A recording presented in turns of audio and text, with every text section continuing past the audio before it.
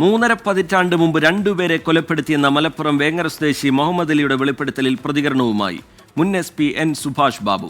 1989 വെള്ളയിൽ ബീച്ചിൽ യുവാവിനെ മരിച്ച നിലയിൽ കണ്ടെത്തിയത് കൊലപാതകമാണ് എന്ന് അന്ന് തന്നെ തോന്നിയിരുന്നു. കൊലപ്പെടുത്താൻ തന്നെ സഹായിച്ചെന്ന് മുഹമ്മദ് അലി പറഞ്ഞ കഞ്ചാവ് ബാബു എന്നയാൾ ബംഗ്ലാദേശ് കോളനിയിൽ ഉണ്ടായിരുന്നുവെന്നും അന്ന് നടക്കാവ് CI ആയിരുന്ന N സുഭാഷ് ബാബു 24-നോട് പറഞ്ഞു. ആ കേസ് ശരിയാണ്. പിന്നെ പ്രത്യേകിച്ച് ആ പറഞ്ഞത് അങ്ങനെ ഒരാളവിടെ ജോലി ചെയ്തിരുന്നു എന്നിപ്പം അവിടെ ആൾ പറയുന്നു. പിന്നെ അന്നത്തെ അവിടെ മരിച്ച ആളുടെ ഡെഡ് ബോഡി ദാസൻ എന്ന് പറയുന്ന ഒരാളുടെ ഡെഡ് ബോഡി വാങ്ങാൻ അദ്ദേഹത്തിൻ്റെ സഹോദരൻ വന്നിരുന്നു എന്ന് അവിടെ രേഖയുണ്ട്. അപ്പം ഫയൽ കിട്ടുകയാണെങ്കിൽ അല്ലെങ്കിൽ ഈ ഇത്രയും തെളിവിൻ്റെ സാഹചര്യത്തിൽ അന്വേഷിച്ച് കഴിഞ്ഞാൽ ചിലപ്പം പാലക്കാട് വിടുകയെന്ന് പറഞ്ഞാൽ അന്വേഷിക്കാം, അത് കിട്ടിയെന്ന് വരും.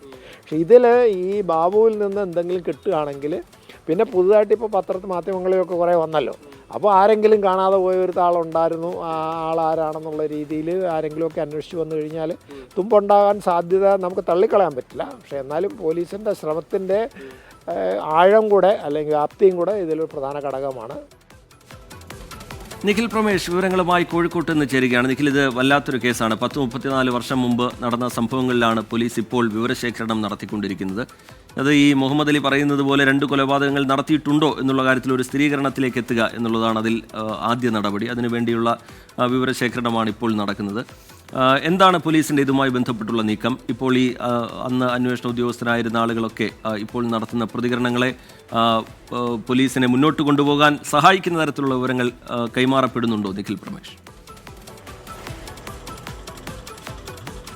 തീർച്ചയായിട്ടും റിജിത്ത്, ഇപ്പോൾ ഈ മുൻ റിട്ടയർഡ് SP ആയിട്ടുള്ള സുഭാഷ് ബാബുവിൻ്റെ ഭാഗത്തു നിന്നുണ്ടായിട്ടുള്ളത് വളരെ പ്രധാനപ്പെട്ട ഒരു വെളിപ്പെടുത്തലാണ്.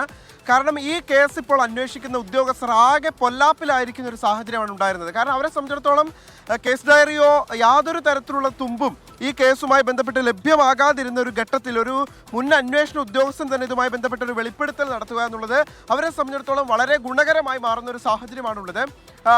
ഏതാണ്ട് ഇപ്പോൾ ഈ ബീച്ചിൽ വെച്ചുകൊണ്ട് നടന്ന ഒരു കൊലപാതകത്തെക്കുറിച്ചാണ് രണ്ടാമതായി മുഹമ്മദ് അലി വെളിപ്പെടുത്തിയിരുന്നത്. ആദ്യം ഒരു കൊലപാതകം നടത്തിയെന്ന് വേങ്ങര സ്വദേശി സ്ഥിരീകരിക്കുന്നു. അതിനുശേഷം മറ്റൊരു കൊലപാതകത്തെ കൂടി അദ്ദേഹം പറയുന്നുണ്ടായിരുന്നു. അതിനെ സാധൂകരിക്കുന്ന തെളിവുകളാണ് ഇപ്പോൾ സുഭാഷ് ബാബു നൽകിയിട്ടുള്ളത്. അദ്ദേഹം പറയുന്നത് അദ്ദേഹം നടക്കാവ് CI ആയിരുന്ന കാലഘട്ടത്തിൽ തെളിയാത്ത ഒരൊറ്റ കൊലപാതക കേസേ ഉണ്ടായിരുന്നുള്ളൂ.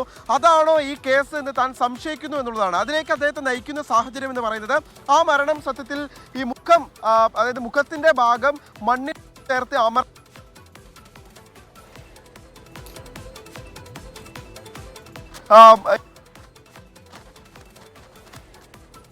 െല്ലാം തന്നെ ചേർത്ത് വെക്കുമ്പോഴാണ് അത്തരത്തിലുള്ള ഒരു സംശയത്തിലേക്ക് അന്വേഷണ സംഘം എത്തിച്ചേരുന്ന സാഹചര്യം ഉണ്ടാകുന്നത്. ഇത്തരത്തിലാണ് അദ്ദേഹം ഇത്തരത്തിലുള്ള ഒരു വെളിപ്പെടുത്തുന്നത് എന്ന് മാത്രമല്ല അന്ന് അത് കൊലപാതകമാണ് എന്ന് മനസ്സിലാക്കിയത് തായിരുന്നുവെന്നും സുഭാഷ് ബാബു സ്ഥിരീകരിക്കുന്നു. ശരി, നിഖിൽ പ്രമേഷാണ് വിവരങ്ങൾ നൽകിക്കൊണ്ടിരിക്കുന്നത്.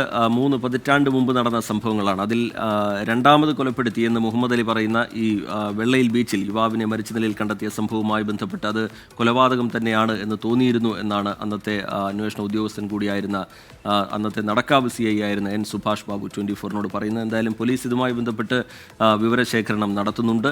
പലയിടങ്ങളിലേക്കായി അതിൻ്റെ അന്വേഷണം വ്യാപിപ്പിച്ചിട്ടുണ്ട്. മുഹമ്മദ് അലിയുടെ വെളിപ്പെടുത്തലുകൾ സത്യമാണോ എന്നുള്ളതാണ് പോലീസ് പ്രധാനമായും പരിശോധിക്കുന്നത്. നിഖിൽ പ്രമേഷ് വിവരങ്ങൾ നൽകുകയായിരുന്നു.